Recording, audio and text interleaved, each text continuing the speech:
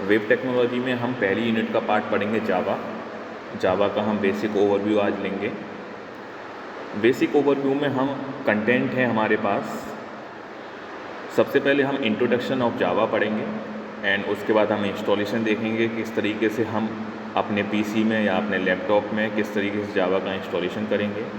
उसके बाद हम नेमिंग कन्वेंशन देखेंगे जावा में कि किस तरीके से हम कोड को राइट करते हैं, कुछ इसके क्राइटेरिया क्या हैं लिखने के। एंड आफ्टर दैट हम टोकन देखेंगे and variables and data types के बारे में पढ़ेंगे। तो स्टार्ट करते हैं with the introduction of Java.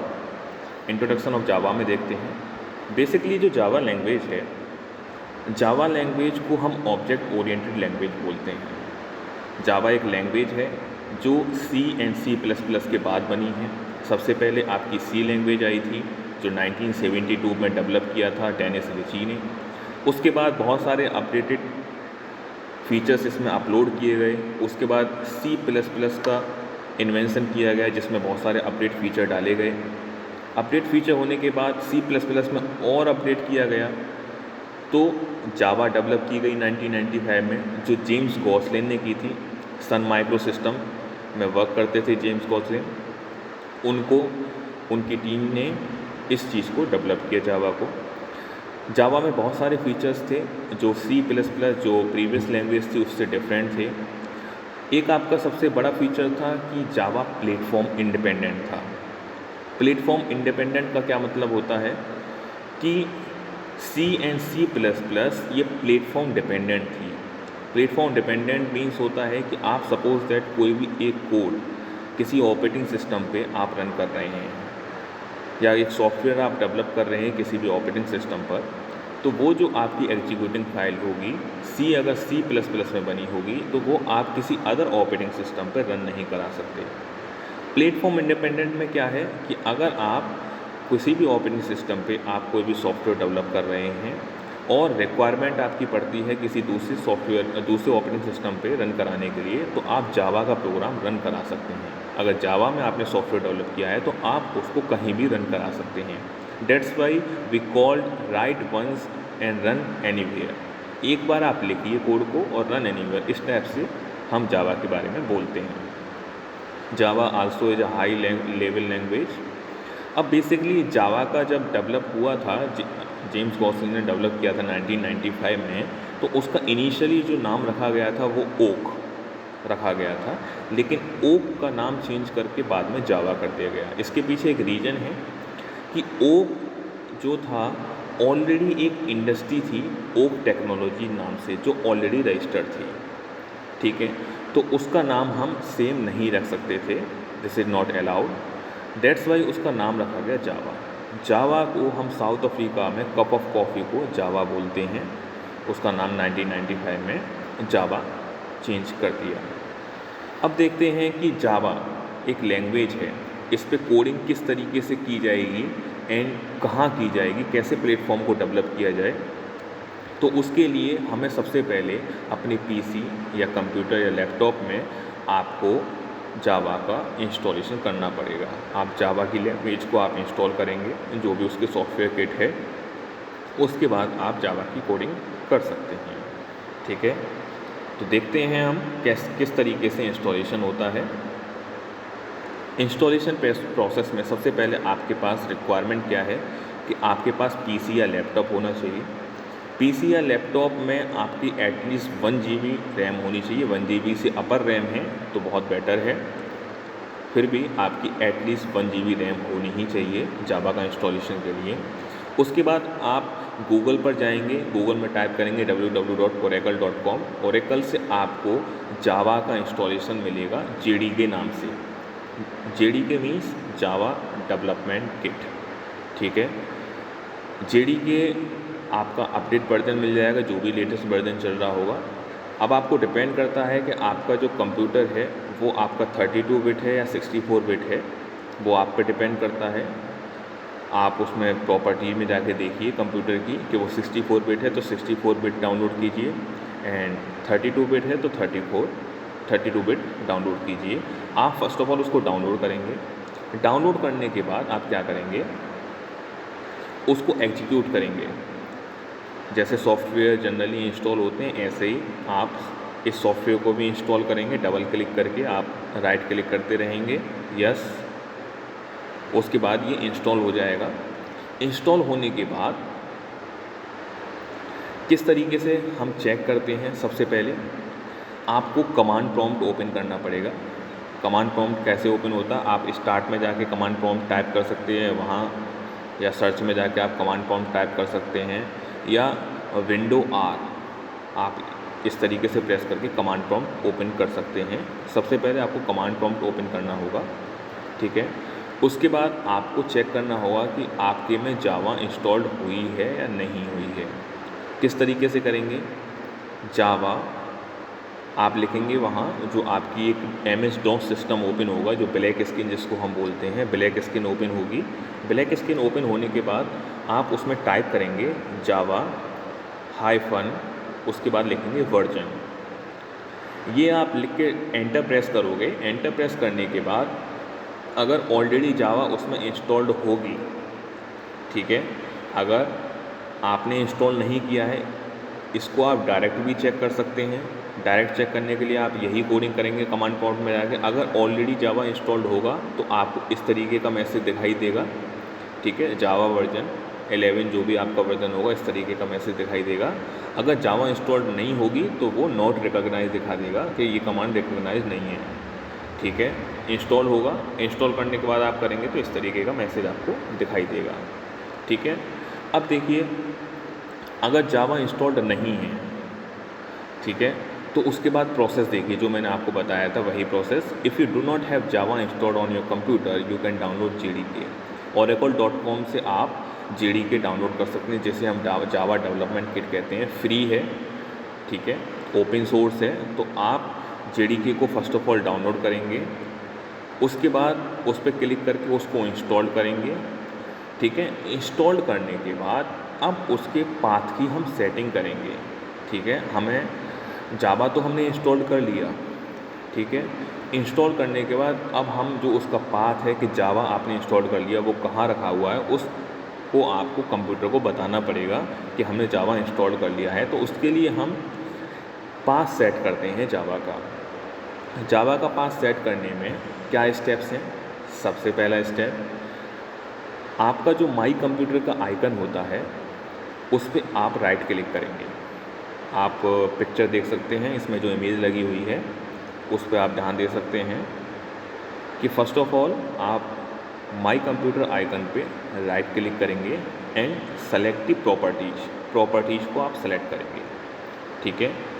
अब प्रॉपर्टीज़ को सेलेक्ट करने के बाद, या फिर आपका अगर कोई अदर टैब ओपन होता है तो आप उसमें सिस्टम प्रॉपर्टीज़ पे जा सकते हैं, ठीक है।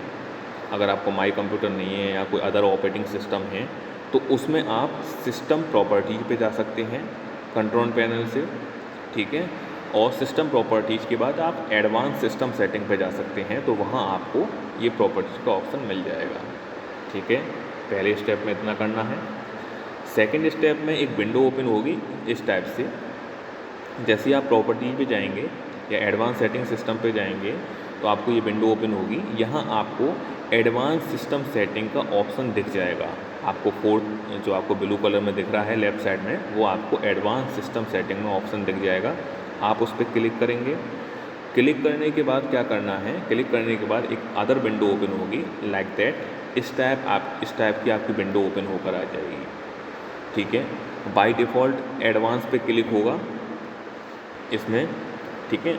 तो इसमें स्टेप थर्ड में क्या करना है, ये जब विंडो ओपन होकर आएगी तो इसमें आप डाउनवर्ड्स में देख सकते हैं कि एनवायरनमेंट वेरिएबल्स का एक सिंबल दिया हुआ है, ठीक है। उस पर आपको, उस बटन पे आपको क्लिक करना है।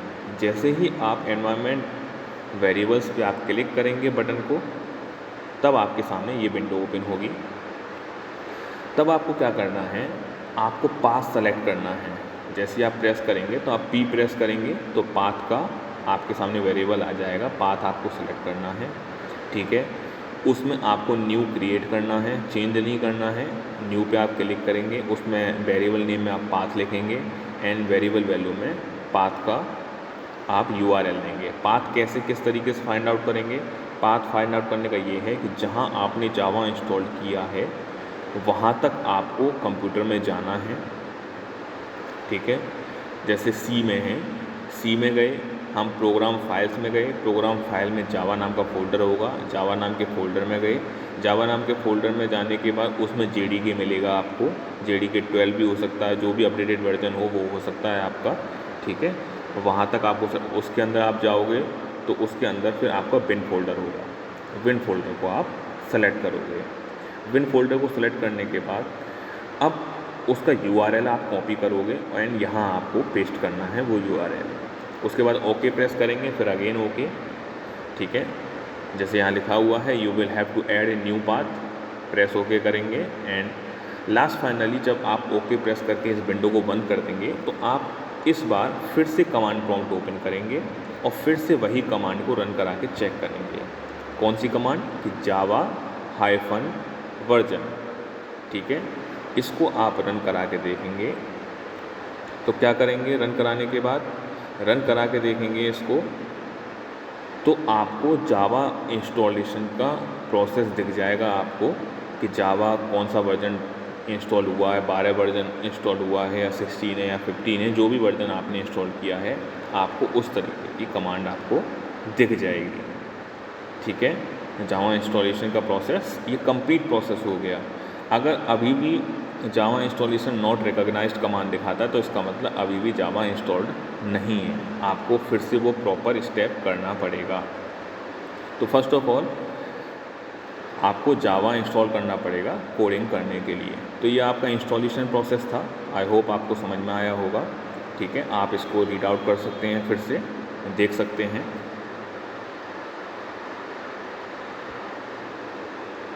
ठीक है। अब देखिए इंस्टॉलेशन प्रोसेस के बाद क्या करना है।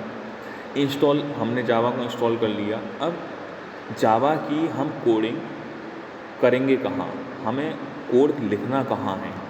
तो हमारे पास पॉपुलर जावा एडिटर्स हैं। एडिटर्स मीन्स जहाँ हम जावा की कोडिंग को एडिट करेंगे, मीन्स हम राइट डाउन करेंगे, ठीक है। जावा के प्रोग्राम्स हम जिस प्लेटफॉर्म पे लिखेंगे उसको हम एडिटर्स बोलते हैं। तो हमारे पास 3 पॉपुलर एडिटर्स हैं। हम नोटपैड पे भी जावा की कोडिंग कर सकते हैं, नेटबीन्स पे भी कर सकते हैं एंड इक्लिप्स पे भी कर सकते हैं, ठीक है। जनरली आपका इंडस्ट्री में नेटबीन्स एंड इक्लिप्स यूज होता है। नोटपैड पे आप प्रैक्टिस कर सकते हैं कि नोटपैड बहुत सिंपल है, ठीक है। आप कोई भी इसमें से प्लेटफॉर्म ओपन कर सकते हैं। इन्हें कहते हैं IDE, इंटीग्रेटेड डेवलपमेंट एनवायरनमेंट, जो एक तरीके से बनाया गया है कि आपको सारी चीज़ें फीचर्स ऑलरेडी मिलेंगी। नोटपैड आपका सिंपल टेक्स्ट एडिटर है। नेटबीन्स एंड इक्लिप्स एक IDE बनाई गई है जावा प्रोग्रामिंग के लिए, जिस पे आप जावा की library functions, already built in functions, सब कुछ ऑलरेडी इंस्टॉल्ड होते हैं। इसमें बहुत हेल्पफुल होता है नेटबीन्स एंड इक्लिप्स करने पर, को यूज करने पे। तो आप कोई भी इसमें से एडिटर यूज कर सकते हैं।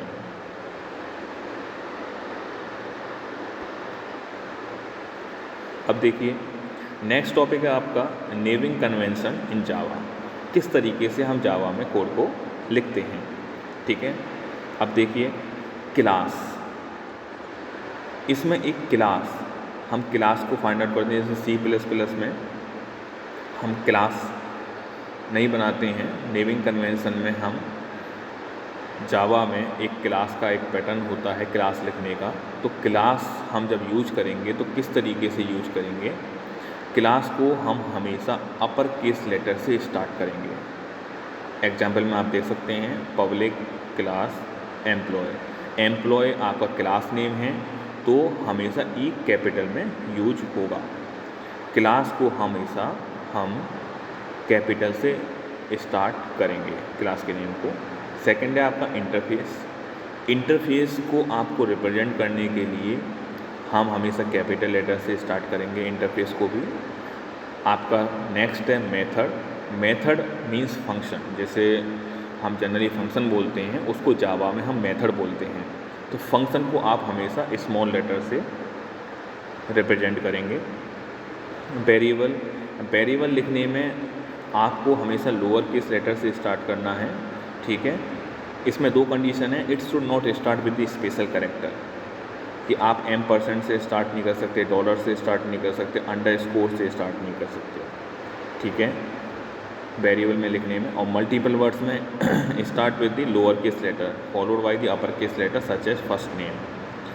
कि आप अगर मल्टीपल वर्ड्स में एक वेरिएबल का नाम डिफाइन कर रहे हैं तो पहला जो लेटर होगा वो लोअर ही होगा आपका, ठीक है। उसके बाद आप चाहें अदर वर्ड्स के कैपिटल लेटर लिख सकते हैं, कोई इशू नहीं है, लेकिन पहला लेटर आपका स्मॉल ही होगा। जब हम प्रोग्रामिंग करेंगे तो आपको ये चीज़ें समझ में आएंगी कहाँ क्या लिखा जाता है, ठीक है। कांस्टेंट जो भी चीज़ें हम देखिए, रेड कलर है, येलो कलर है, या पाई की वैल्यू है, वट एवर जो कांस्टेंट वैल्यू रहती हैं जो कभी चेंज नहीं हो सकती हैं, उनको हम हमेशा पूरा कैपिटल लेटर में ही लिखेंगे, सारे अपर केस लेटर होंगे उसमें, ठीक है। तो नेमिंग कन्वेंशन को हम जब कोडिंग करेंगे तो उसके बेसिक पार्ट्स पे हम देखते रहेंगे किस तरीके से लिखा जाता है, कैसे रिप्रेजेंट किया जाता है। तो ये आपका नेमिंग कन्वेंशन है जावा में। आप यहाँ देख सकते हैं कि आपका जो सबसे बेसिक स्ट्रक्चर है जावा प्रोग्राम की वो इस टाइप से है। जावा का जो प्रोग्राम है वो इस टाइप से, ये आपको हर प्रोग्राम में लिखना ही पड़ेगा। ये आपका सबसे बेसिक स्ट्रक्चर है जावा का। कैसे रिप्रेजेंट करते हैं, सबसे पहले हम क्लास बनाते हैं। आप किसी भी नाम से क्लास बना सकते हैं, ठीक है। जिसका भी आप प्रोग्राम बना रहे हैं उस नाम से आप क्लास बना सकते हैं, ठीक है। क्लास का लेटर हमेशा पहला कैपिटल रहेगा, ठीक है। अगर मल्टीपल वर्ड्स हैं तो वो भी कैपिटल रहेंगे, ठीक है। तो सबसे पहले आपको क्लास बनानी है। आप कितनी भी क्लास बना सकते हैं। क्लास के अंदर आपको public static void main string arcs, इस तरीके का कोड आपको लिखना है, जिसे हम मेन फंक्शन बोलते हैं। जनरली हम जो सी में और C++ में मेन फंक्शन बनाते हैं, यहाँ मेन फंक्शन बनाने का तरीका थोड़ा अलग है। पब्लिक स्टैटिक वॉइड में इस तरीके से लिखा जाता है, रिप्रेजेंट किया जाता है। बाद में हम इसको समझेंगे कि ऐसे क्यों लिखा जाता है, हर कीवर्ड का मीनिंग क्या है। ये आपका मेन फंक्शन का तरीका हो गया। एंड जो हम आउटपुट दिखाने के लिए यूज करते हैं, सी में हम printf यूज करते हैं आउटपुट दिखाने के लिए, C++ में हम cout यूज करते हैं, ऐसे ही हम जावा में system.out.println यूज करते हैं आउटपुट दिखाने के लिए, ठीक है। तो ये आपका बेसिक स्ट्रक्चर है जावा प्रोग्राम का, जो आपको तीनों चीज़ें रिक्वायरमेंट में पड़ेंगी। मेन फंक्शन आपका रिक्वायरमेंट हर प्रोग्राम में रहेगा आपका, ठीक है। system.out.println